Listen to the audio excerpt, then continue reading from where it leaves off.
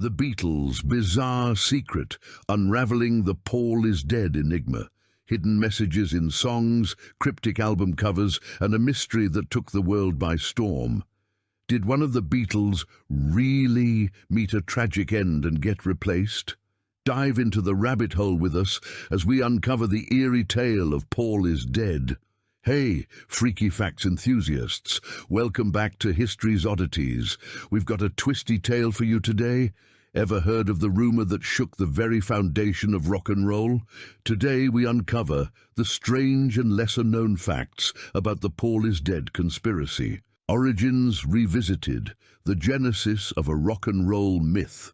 While the frenzy around the Paul is dead conspiracy reached its zenith in 1969, the seeds of this myth were sown a tad earlier.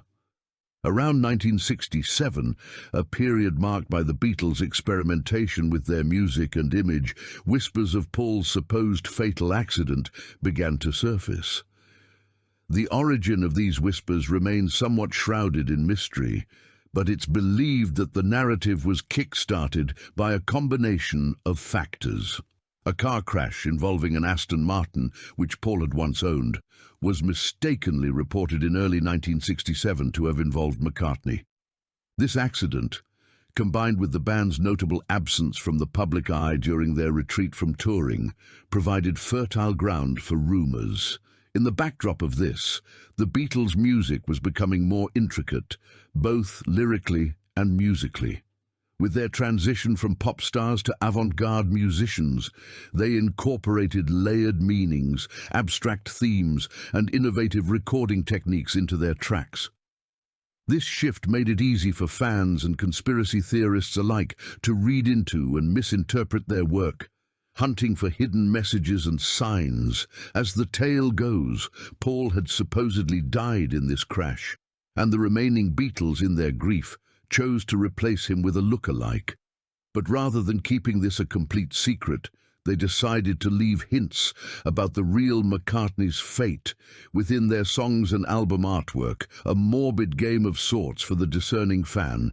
By the time 1969 rolled around, and with the influence of radio shows and speculative articles, this narrative had evolved into a full-blown conspiracy, captivating Beatles fans worldwide and turning every Beatles song or image into a potential clue about the truth of Paul McCartney's fate. Paul's own take. Did you know Paul McCartney actually addressed this in his song Ballad of John and Yoko? The line, "The rumors spread around about this plastic never-die band," hinted at the absurdity of such tales. The Volkswagen Beetle. Hidden message or mere coincidence? The iconic Abbey Road album cover, showcasing the Beatles crossing a zebra pedestrian lane, has become one of the most recognizable and analyzed images in rock history. Among the many details on this cover that sparked intrigue is a parked Volkswagen Beetle with the license plate reading 28 if. For those deep into the Paul is dead lore, this seemingly innocuous detail took on a profound significance.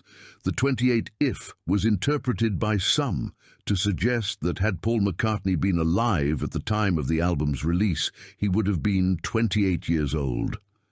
The word if seemed to pose the hypothetical situation, suggesting Paul would be 28 if he was still alive, further deepening the mystery surrounding his alleged death.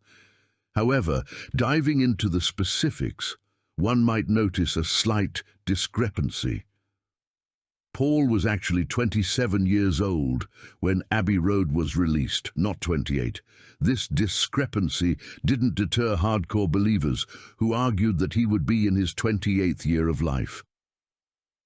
On the more rational side of things, the Beetle and its license plate were likely pure coincidences. The car belonged to someone living in the area, and its presence during the shoot was probably unplanned. Yet such is the nature of conspiracy theories that ordinary details can be woven into intricate tales, blurring the lines between reality and speculation. The Black Carnation, symbolism or simple style choice. one of the most visually compelling clues cited by Paul is Dead, theorists can be found in the Beatles' Magical Mystery Tour film. During a particular scene, each member of the band is adorned with a bright red carnation on their lapel, except for Paul McCartney, who notably sports a black one. For many conspiracy enthusiasts, the stark difference in color choice was more than just a random aesthetic decision. The color black, often associated with death and mourning in many cultures, made the black carnation stand out as a stark contrast to the vibrant red ones worn by the other Beatles. Some proponents of the theory saw it as a deliberate hint, a symbol of Paul's alleged death, subtly placed for the discerning eye. Others dove deeper into symbolism, drawing parallels with various literary and cultural references, where a single individual set apart from a group often represents an outlier or someone who doesn't belong, further fueling the notion of Paul's replacement. However, like many elements of this conspiracy theory, the black carnation can also be viewed from a more mundane perspective. It could have simply been a stylistic choice, an effort to create visual intrigue, or even a spontaneous decision made on the day of shooting. The Beatles, known for their penchant for whimsy and surrealism, often made artistic choices that were open to interpretation, leaving fans and critics alike to wonder about the deeper meanings, intended or otherwise. The OPD patch. Look closely. Paul wears an OPD patch, which theorists argue stands for officially pronounced dead. But in reality, it's a patch from the Ontario Provincial Police. I am the Walrus, among the myriad of clues that conspiracy theorists latched onto during the height of the Paul is Dead frenzy. The Beatles' song, I Am the Walrus, was often cited as containing cryptic messages about McCartney's supposed demise.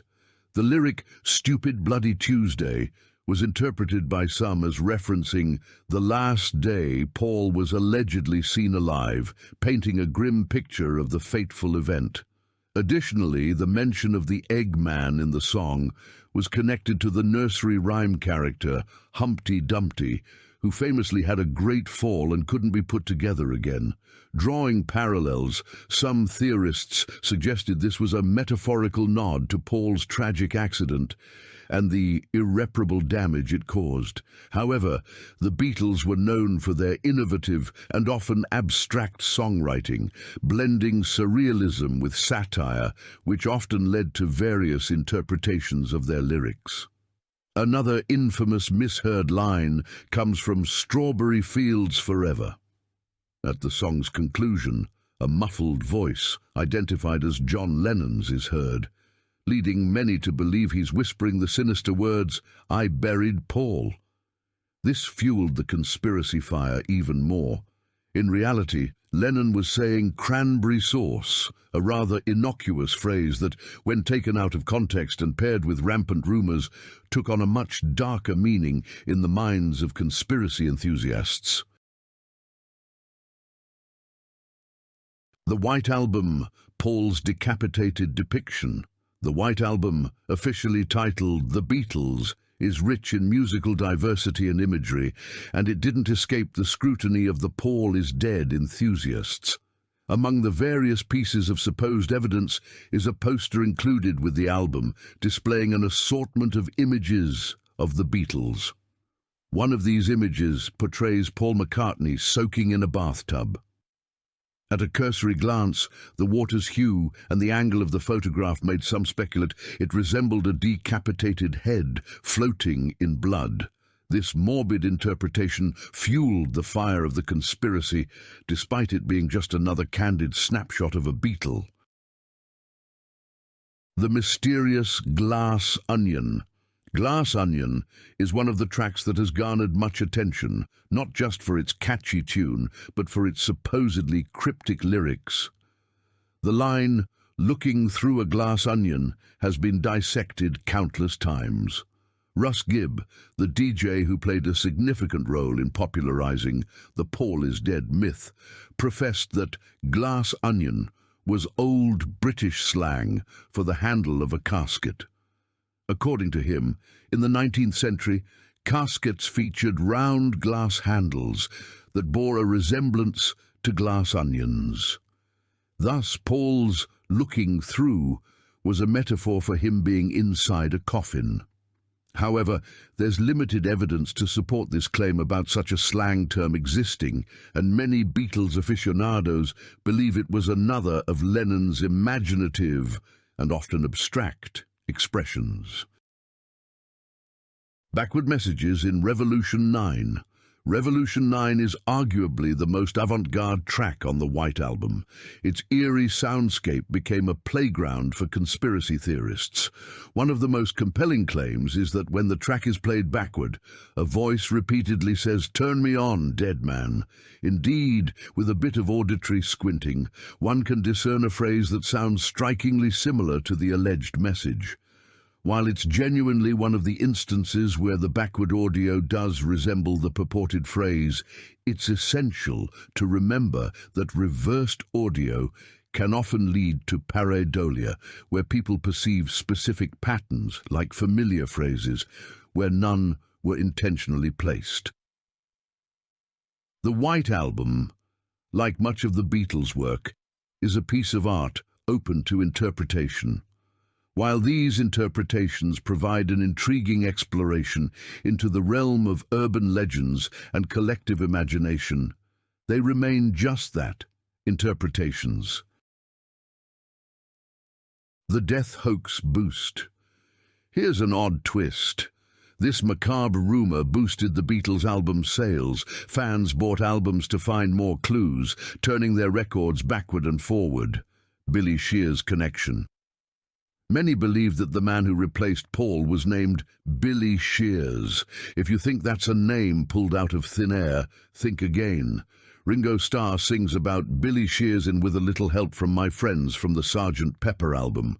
Coincidence? Paul's own mockery. McCartney, always having a laugh, released an album in 1993 titled Paul is Alive, mocking the infamous hoax. The cover even parodied the Abbey Road clues. The Paul is Dead conspiracy is a thrilling blend of fandom, overanalyzing, and the magic of the Beatles. While Paul McCartney is very much alive, or is he? This tale from yesteryear showcases how stories can take on a life of their own. Loved this journey into the heart of rock and roll's biggest mystery? Give us a thumbs up, and don't forget to hit that subscribe button for more freaky facts. Got your own theory or a fact we missed? Drop it in the comments below. Until next time, keep digging into history's oddities.